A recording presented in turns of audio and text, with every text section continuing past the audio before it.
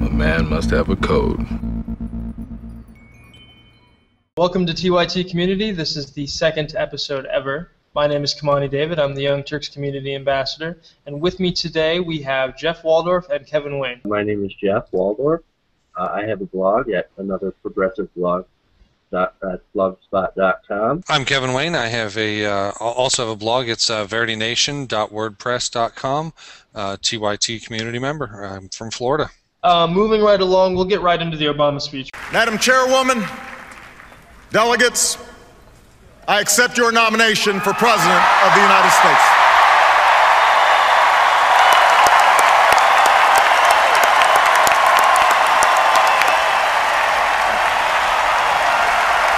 Eight years later, that hope has been tested by the cost of war, by one of the worst economic crises in history, and by political gridlock that's left us wondering whether it's still even possible to tackle the challenges of our time. I know campaigns can seem small, even silly sometimes. Trivial things become big distractions. Serious issues become sound bites. The truth gets buried under an avalanche of money and advertising. I mean, if you're sick of hearing me approve this message, believe me, so am I. Our friends down in Tampa at the Republican convention were more than happy to talk about everything they think is wrong with America. But they didn't have much to say about how they'd make it right. They want your vote, but they don't want you to know their plan. And that's because all they have to offer is the same prescriptions they've had for the last 30 years. Have a surplus? Try a tax cut. Deficit too high. Try another.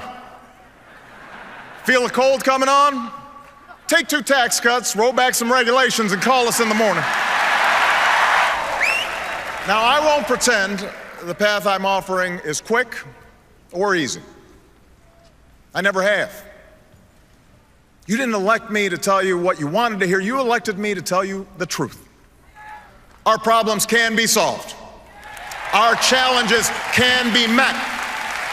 The path we offer may be harder, but it leads to a better place. And I'm asking you to choose that future. I'm asking you to rally around a set of goals for your country. Goals in manufacturing, energy, education, national security, and the deficit. Real, achievable plans that will lead to new jobs, more opportunity, and rebuild this economy on a stronger foundation. That's what we can do in the next 4 years, and that is why I am running for a second term as President of the United States. In a world of new threats and new challenges, you can choose leadership that has been tested and proven. 4 years ago, I promised to end the war in Iraq. We did. I promised to refocus on the terrorists who actually attacked us on 9/11, and we have. We've blunted the Taliban's momentum in Afghanistan, and in 2014, our longest war will be over. A new tower rises above the New York skyline. Al-Qaeda is on the path to defeat, and Osama bin Laden is dead.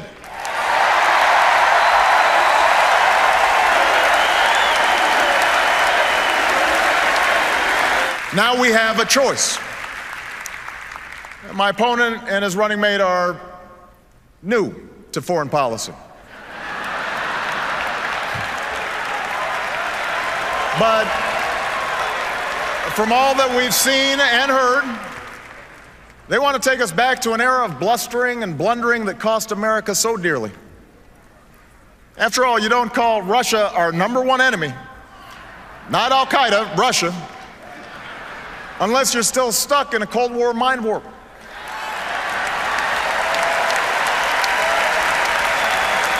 You might not be ready for diplomacy with Beijing if you can't visit the Olympics without insulting our closest ally.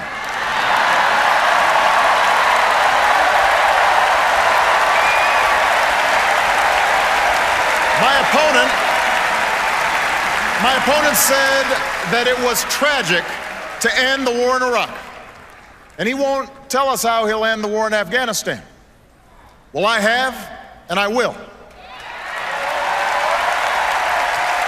And while my opponent would spend more money on military hardware that our Joint Chiefs don't even want, I will use the money we're no longer spending on war to pay down our debt and put more people back to work, rebuilding roads and bridges and schools and runways, because after 2 wars that have cost us thousands of lives and over $1 trillion, it's time to do some nation building right here at home. I'm still eager to reach an agreement based on the principles of my bipartisan debt commission. No party has a monopoly on wisdom. No democracy works without compromise. I want to get this done, and we can get it done. But when Governor Romney and his friends in Congress tell us we can somehow lower our deficits by spending trillions more on new tax breaks for the wealthy, well, what Bill Clinton call it? You do the arithmetic. You do the math. I refuse to go along with that. And as long as I'm president, I never will. I refuse to ask middle-class families to give up their deductions for owning a home or raising their kids just to pay for another millionaire's tax cut. I refuse to ask students to pay more for college or kick children out of Head Start programs to eliminate health insurance for millions of Americans who are poor and elderly or disabled. Also, those with the most can pay less. I'm not going along with that. I have never been more hopeful about America. Not because I think I have all the answers, not because I'm naive about the magnitude of our challenges. I'm hopeful because of you. If you believe in a country where everyone gets a fair shot and everyone does their fair share and everyone plays by the same rules, then I need you to vote this November.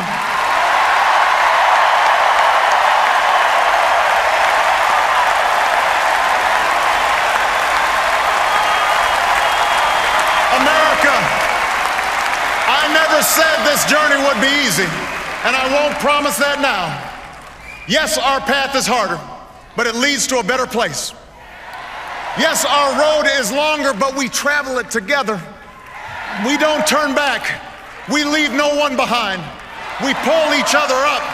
We draw strength from our victories, and we learn from our mistakes, but we keep our eyes fixed on that distant horizon, knowing that Providence is with us and that we are surely blessed to be citizens of the greatest nation on earth. Thank you. God bless you. And God bless these United States.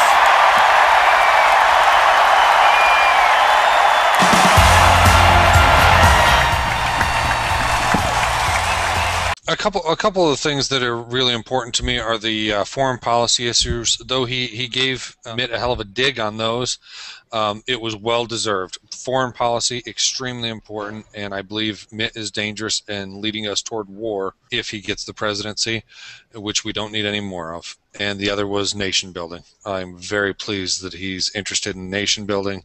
I disagree with his finances for it, though. I'd like to get into more detail about that later. Overall, I think it was a really good speech. I like how he addressed some of the political gridlock.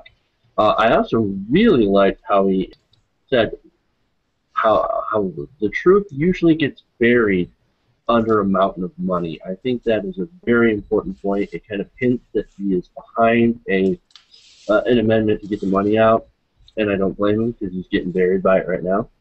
I like this tax cut joke. That was pretty good. He wasn't completely honest on Iraq. Bush signed that agreement, so credit is credit we're due. I love Obama's speeches. You know, I could listen to his speeches, I mean, over and over and over again. They give me hope. You know, I'm a very emotional person at times, and that is a speech that drove my emotional places. He touched on the cost of war, and he said that with the ending of the Iraq and Afghanistan wars, he was going to, essentially what I took that to mean, he's going to cut defense and take that money to spend down the deficit, which is a terrific idea. And I would hope that he goes even further and cuts our defense back to a budget that more closely resembles a defense budget from, say, 1999 or the year 2000. He also touched on campaign finance reform, which, as you know, we here at the Young Turks fully support, and I thought that that was great. I mean, when is a presidential candidate going to talk about campaign finance reform? That's not out of a third party. That's incredible. And I think that it was very important for him to say that his path is not a quick path. He never promised efficiency in his original campaign. So, you know, when you hear him say that, you're like, well, yeah, you know, in 4 years you haven't gone as far as we'd like you to, but you never promised to get it done in 4 years. So, you know, overall, I think this speech was effective. I think that the other speakers that we discussed in this episode will actually do more for his campaign, but I think Obama went out there. He did more than just not lay an egg. He made a couple of sentient points, and he took the speech to where it needed to go. He had touched on bipartisanship again, and I want to know your thoughts on grand bargain and whether or not that's good for the country. Well, I think the grand bargain is a terrible idea. You know, cutting Social Security, cutting Medicare in order to give the corporations and the wealthy another tax cut is it's a terrible idea. The American people don't like it. When it's polled time and time again, people do not want the grand bargain. So I got to ask, why does Obama keep pushing for that? I mean, why does he want it so bad? I can't figure it out. The grand bargain would be a bipartisan deal to essentially lower the deficit. Now that involves from raised Medicare eligibility age, lower income tax rates, something that Obama said that, well, he said he was not going to raise taxes on the middle class, but he also said that he wasn't going to lower taxes for the rich anymore.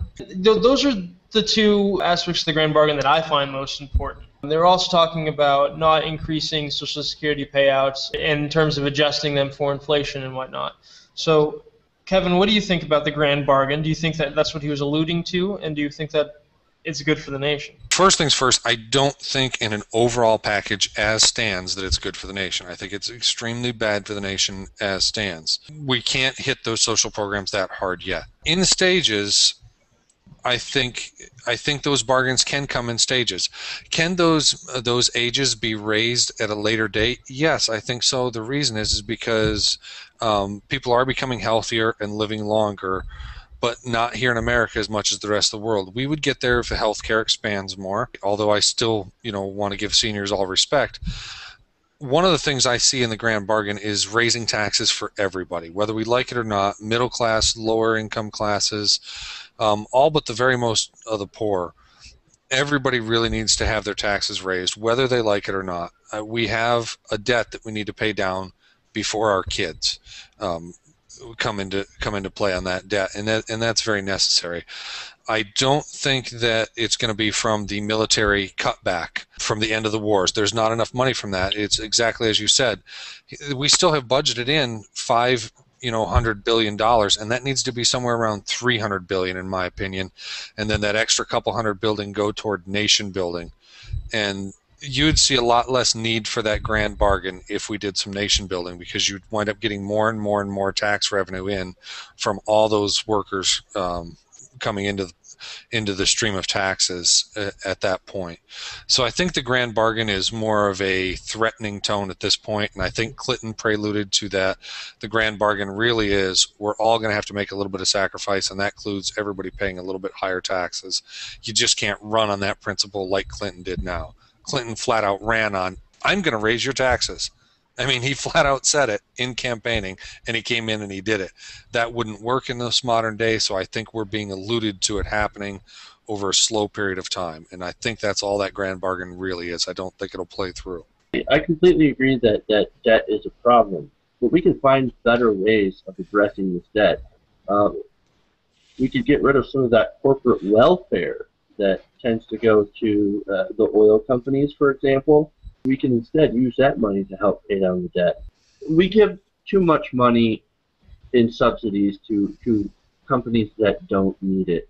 We can instead use that to pay down the debt and cut defense spending. There are much better ways than cutting Social Security and Medicare. I want to know what your guys' ideas are for nation building. I mean, this could be 5-10 years from now, but once this deficit's paid down to a manageable amount of money, and who knows what that is, but once it's paid down to a manageable amount of money, what kind of directions do you want to see the country go in?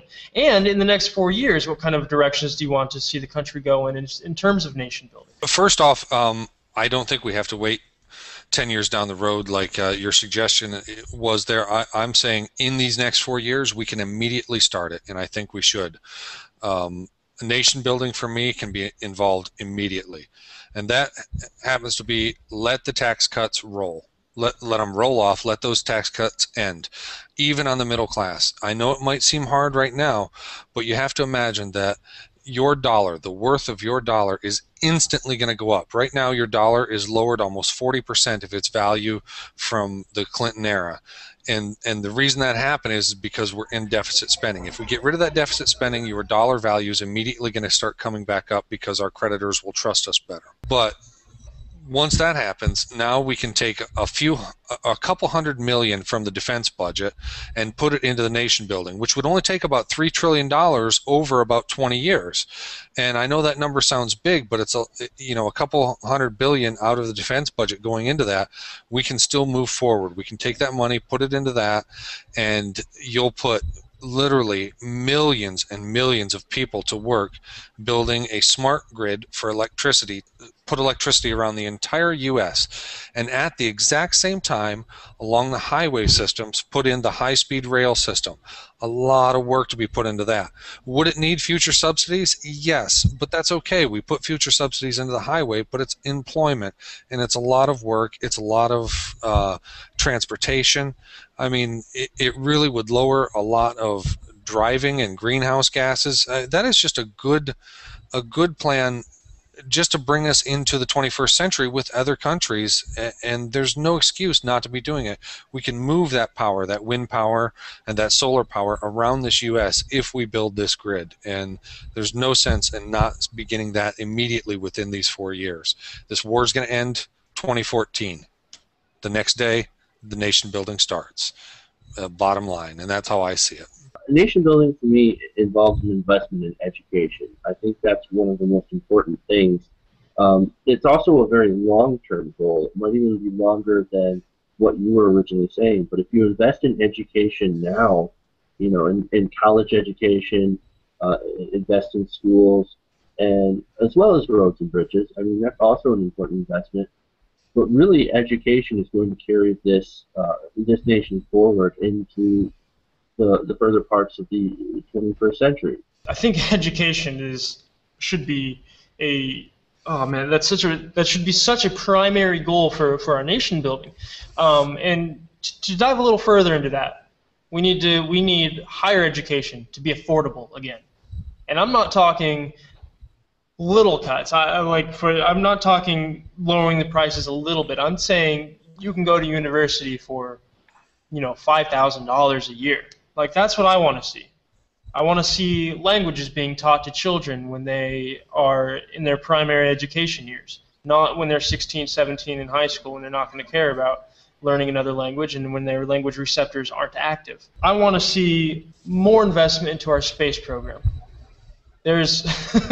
Our galaxy is so gigantic, and the universe beyond that is so gigantic, and we don't know enough about that. I want to see more money going into oceanic research, because there's honestly a world underwater that we need to explore. There's probably resources down there that we can utilize.